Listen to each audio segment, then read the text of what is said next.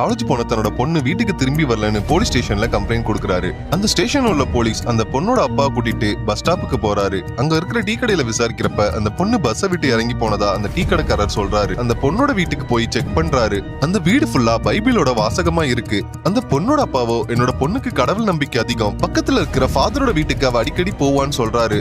ஒருவேளை அந்த பொண்ணு அங்க போயிருக்கலாமோன்னு சந்தேகத்துல அந்த ஃபாதரோட வீட்டை சர்ச் பண்ண போறாரு. இதை தெரிஞ்சுக்கிட்ட அந்த ஊர் மக்கள் அந்த வீட்டுக்குள்ள அவரை போக விடாம கிணத்துக்குள்ள ஒரு மூட்டை கிடைச்சிருக்குன்னு தகவல் வருது. அங்க போய் அந்த மூட்டையை மேல தூக்கி பிரிச்சு பார்த்தா உள்ள அந்த பொண்ணோட டெட் பாடி இருக்கு.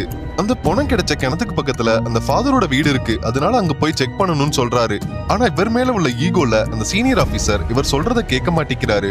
இப்போ மோப்ப நாயை வச்சு சோதனை பண்றாங்க. அந்த நாயோ அந்த ஃபாதரோட வீட்டுக்கு முன்னாடி போய் கொஞ்ச நேரம் நின்னுட்டு அதுக்கப்புறம் அந்த வீட்டுக்கு பின்னாடி இருக்கிற ஒரு காட்டுக்குள்ள ஓடி அங்க இருக்கிற ஒரு கைலியை எடுக்குது. பொண்ணு ஃபாதரோட வீட்டுக்குள்ள போனதை பார்த்த ஒரு சாட்சியும் கிடைக்குது. அந்த ஃபாதரோட வீட்டுக்குள்ள போறதுக்கு ஐடியா பண்ண இவரு ஒரு திருடன் அனுப்பி அந்த ஃபாதரோட வீட்டுல திருட சொல்றாரு. இந்த மாதிரி நாங்க ஒரு திருடனை பிடிச்சோம், உங்க வீட்டுல திருடனதை ஒத்துக்கிட்டான், அதனால வேற ஏதாவது திருடு போயிருக்கான்னு உங்க வீட்டை செக் பண்ணணும்னு சொல்றாரு. வீட்டுக்குள்ள போன போலீஸ்கோ நிறைய முடி கிடைக்குது. அந்த முடியை எடுத்து செக் பண்ணதுல அந்த பொண்ணோட முடியோட அது ஒத்து போகுது. அந்த பொண்ணு அங்கதான் இறந்து போயிருக்கணும்னு டாக்டரும் கன்ஃபார்ம் பண்றாங்க. இந்த எவிடன்ஸ் இவரு டைரக்டா டிஎஸ்பி கிட்டே கொண்டு போய் கொடுக்கறாரு. இப்ப டிஎஸ்பியே நேரா போய் அந்த ஃபாதரை கூட்டிட்டு வராரு. உண்மையா அந்த பொண்ணை கொன்னது அந்த பொண்ணோட தங்கச்சி தான். ஃபாதரோட வீட்டுக்கு ஒரு பையன் கெஸ்டா வந்திருப்பான். அந்த பையனும் இந்த பொண்ணோட தங்கச்சியும் தப்பா இருந்தத ஃபாதரோட வீட்டுக்கு போன இந்த பொண்ணு பார்த்திருப்பா.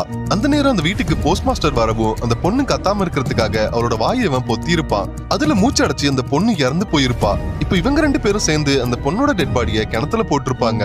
இந்த போலீஸ்க்கு அந்த ஃபாதரோட வீட்டுல இன்னொரு முடியும் கிடைச்சிருக்கும். அந்த முடியில கலர் அடிச்சிருந்திருக்கும். இறந்து போன பொண்ணோட தங்கச்சி முடிக்கு கலர் அடிச்சிருந்ததை அந்த போலீஸ் பார்த்திருப்பாரு. அதனால இறந்து போன பொண்ணோட வீட்டுல இவங்க ஹேர் சாம்பிள் கலெக்ட் பண்ணி டெஸ்ட் பண்ணிருப்பாங்க. ரெண்டும் மேட்ச் ஆயிருக்கும். இப்போ அந்த ஃபாதரை வச்சு அந்த பையனை பிடிச்சிடுறாங்க.